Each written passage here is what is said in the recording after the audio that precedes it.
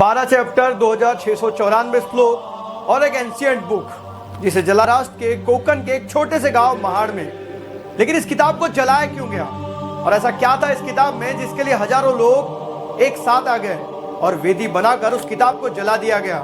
और उस वेदी के आजू बाजू कुछ स्तंभ गड़े हुए थे और स्तंभ पे लिखा हुआ था कि हम ब्राह्मणवादी सोच का अंत चाहते हैं। ये एक देहावसान है ब्राह्मणवादी सोच का, ये एक जलाने की वेदी है। ऐसा क्या था उस किताब में जो ये चीख चीख के कह रही थी कि भारतीय वर्ण व्यवस्था का उगम ही उस बुक से हुआ है। जी हाँ दोस्तों, मैं बात कर रहा हूं मनुस्मृति की, जिसे 25 दिसंबर 1927 को हमारे देश के भारत रत्न डॉक्टर बाबा साहब आम्बेडकर और उनके अनुयायियों ने जला दिया। आज हम बात करेंगे ऐसा क्या था मनुस्मृति में जो दलितों को इस हद तक आगे बढ़ना पड़ा और अपने अधिकारों के लिए एक प्राचीन किताब को जलाना पड़ा। हम कहानी को पूरा सुनेंगे और इसके अध्यायों के कौन से श्लोक में कुछ ऐसी बातें लिखी हुई है जो डिस्क्रिमिनेशन को बढ़ावा देती है, उन सारी बातों को जानेंगे। हेलो दोस्तों, मेरा नाम है अंकित मिश्रा और मैं फिर हाजिर हूं आपके सामने एक नए इंफॉर्मेशनल वीडियो के साथ। दोस्तों, ये बात है 1927 की, जहां पूरे के पूरे दलित समुदाय के लोग जमा हुए थे महाड़ नाम के गांव में। दोस्तों, 1927 में डॉक्टर भीमराव अंबेडकर जी ने क्रांतिकारी निर्णय लिया और वो निर्णय था महाड़ सत्याग्रह। महाड़ सत्याग्रह में उन्होंने दलितों के अधिकारों के लिए लड़ने के लिए तैयारी शुरू कर दी। अब दलितों के अधिकार मतलब ये कि उनका मंदिर में प्रवेश और सार्वजनिक स्थलों से वो पानी ले सके, और इसके लिए उन्होंने प्रोटेस्ट करना शुरू कर दिया। और उसी समय वहां के कलेक्टर ने ये ऑर्डर दे चुके थे कि दलितों को मंदिरों में और पानी की जगह पर प्रवेश दिया जाए। लेकिन ब्राह्मणों ने लोकल कोर्ट से एक रिवॉल्यूशन पास करवाया और ये कोशिश की कि अंबेडकर जी का महाड़ सत्याग्रह ना हो सके।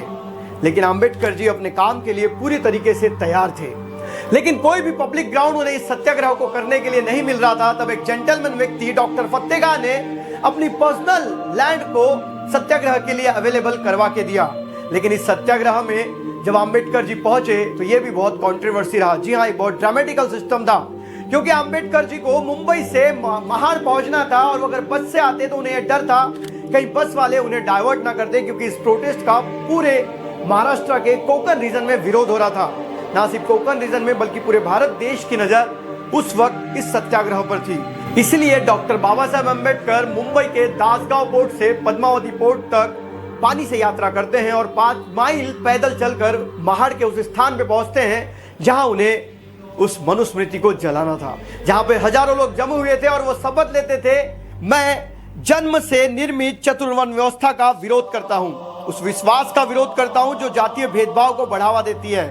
मैं छुआछूत का विरोध करता हूं और इसे हिंदुइज्म को दिया हुआ एक अभिशाप मानता हूं और इसके विनाश के लिए मैं जीवन भर प्रयत्नशील रहूंगा। इस प्लेज के साथ हजारों लोग उस वेदी पर उस मनुस्मृति को जलाने के लिए संगठित होते हैं और वो दिन था 5 दिसंबर 1927। और आश्चर्यजनक रूप से जब 5 दिसंबर 1927 को रिजोल्यूशन पास किया गया तो उस रिजोल्यूशन को पास करवाने वाले व्यक्ति थे ब्राह्मण। जी हाँ, गंगाधर नीलकंठ सहस्त्रबुद्धे और उनके साथ 6 दलित साधुओं ने मनुस्मृति को जलाने के लिए वहां पर कार्य किया। वहां पर अंबेडकर जी का भाषण हुआ और उसके बाद मनुस्मृति का दहन किया गया। बात यह आती है कि मनुस्मृति को जलाया क्यों गया, क्या रीजन था जो मनुस्मृति को जलाया गया। दोस्तों, हम जानेंगे कि मनुस्मृति है क्या और इसे कब लिखा गया। दोस्तों, लगभग 100 CE में इसको कंपाइल किया गया है और इसमें 12 चैप्टर और 2694 श्लोक हैं और इसके अलग अलग चैप्टर अलग अलग चीजों पर व्याख्यान है। अगर हम संक्षिप्त में देखें तो मनुस्मृति में अधिकार, क्राइम, बयान और न्याय के बारे में स्पष्ट रूप से दिया गया है। मतलब जिस प्रकार से हमारी IPC और CRPC बनी हुई है उसी प्रकार से एक हिंदू कोड बिल बना हुआ है जिसे हम मनुस्मृति के नाम से जानते हैं। दोस्तों, मनुस्मृति के अलग अलग चैप्टर अलग अलग चीजों पर व्याख्यान करते हैं, जिसमें पहला चैप्टर ये कहता है कि प्रकृति के निर्माण कैसा हुआ, वर्ण व्यवस्था कैसे बनी और लोगों का पेशा कैसा होना चाहिए। दूसरा अध्याय ब्रह्मचर्य के बारे में बात करता है और मालिक की सेवा उसके नौकर ने कैसी करना चाहिए, इस बारे में सारी बातें दी गई है। तीसरा अध्याय शादी के प्रकार और विवाह की अलग अलग पद्धतियों के बारे में दिया हुआ है। साथ ही श्राद्ध में किस प्रकार से कार्य करना चाहिए, इन सारी चीजों को दिया गया है। चौथा अध्याय गृहस्थ धर्म कर्तव्य, खाने के नियम और 11 प्रकार के नरक की बात करता है। उसी प्रकार 5वां अध्याय महिलाओं के कर्तव्य, शुद्धता अशुद्धता का जिक्र करता है। 6वें अध्याय में संत और 7वें अध्याय में राजा के कर्तव्यों का व्याख्यान है। तो 8वें अध्याय में अपराध, न्याय, राजनीतिक मामलों पे बात करता है। दोस्तों वही 9वां अध्याय पैतृक संपत्ति के बारे में जिक्र होता है। तो 10वें अध्याय में वर्णों का मिश्रण है। 11वां अध्याय पाप कर्म के बारे में बताता है। 12वां अध्याय तीनों गुणों और वेदों के बारे में विस्तार से बताता है। दोस्तों इन 12 अध्यायों में मनुस्मृति का सारा सार है। लेकिन क्या ऐसा था जो डॉक्टर बाबा साहब अम्बेडकर ने मनुस्मृति को जलाया? दोस्तों मनुस्मृति में कुछ ऐसे श्लोक हैं जो डिस्क्रिमिनेशन को बढ़ावा देते हैं, जिसमें ये बताया गया है कि वर्ण व्यवस्था ये जन्म से होती है और ऊपर के जो वर्ण है जिसमें ब्राह्मण, क्षत्रिय और वैश्य आते हैं, इनको द्विज कहा गया है और शूद्रों को द्वितीय, मतलब उनका कोई अस्तित्व नहीं है, इस प्रकार बताया गया है। मनुस्मृति कहती है कि शूद्रों को वेद पढ़ने का अधिकार नहीं है, उनका काम है सिर्फ और सिर्फ द्विजों की सेवा करना, मतलब ब्राह्मण, क्षत्रिय और वैश्य की सेवा करना। साथ में उन्हें हर अधिकारों से वंचित किया गया है और ये कहा गया है कि जाति को बहुत अच्छे तरीके से माना जाए और जाति के बाहर किसी भी प्रकार का कोई भी विवाह नहीं हो सकता।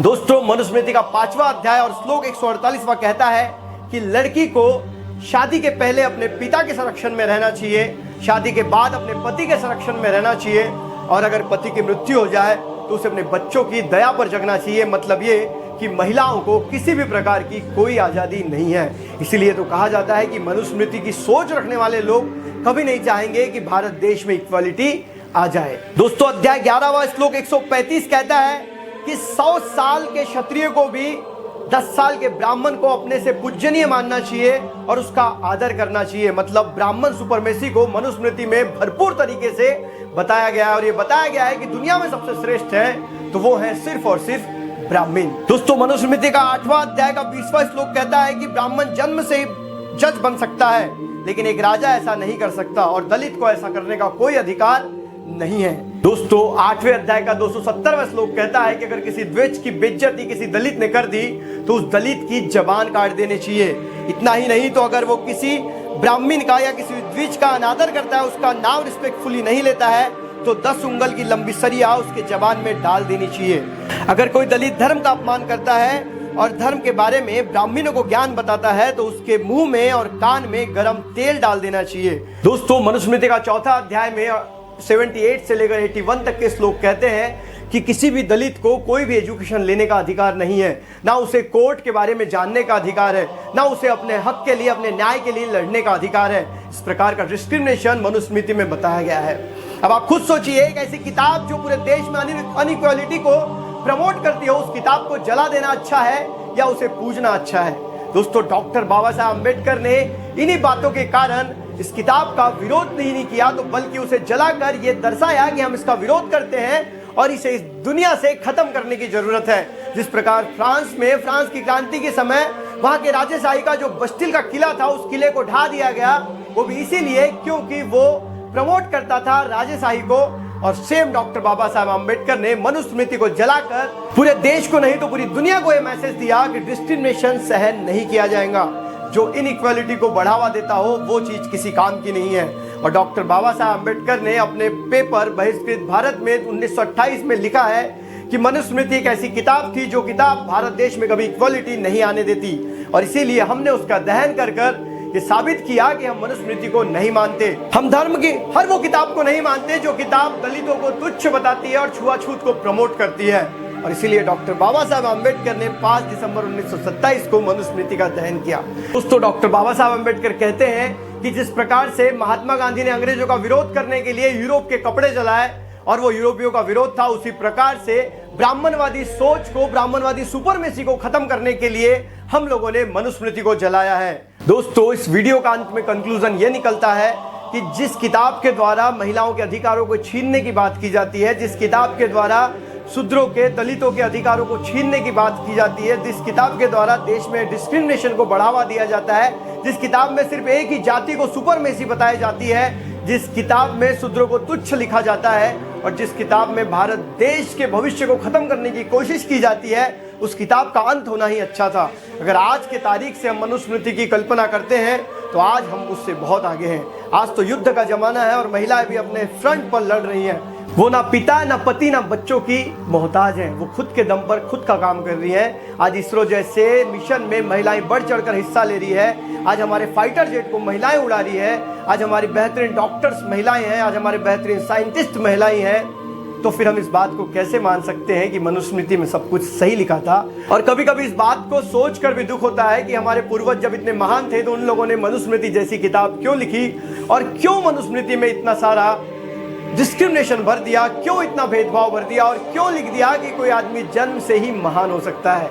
क्योंकि आज तो कर्मों का जीवन है, और जो कर्म होता है वो कर्म इंसान को महान बनाता है। इसीलिए कर्मों से ही इंसान का जीवन आगे बढ़ना चाहिए।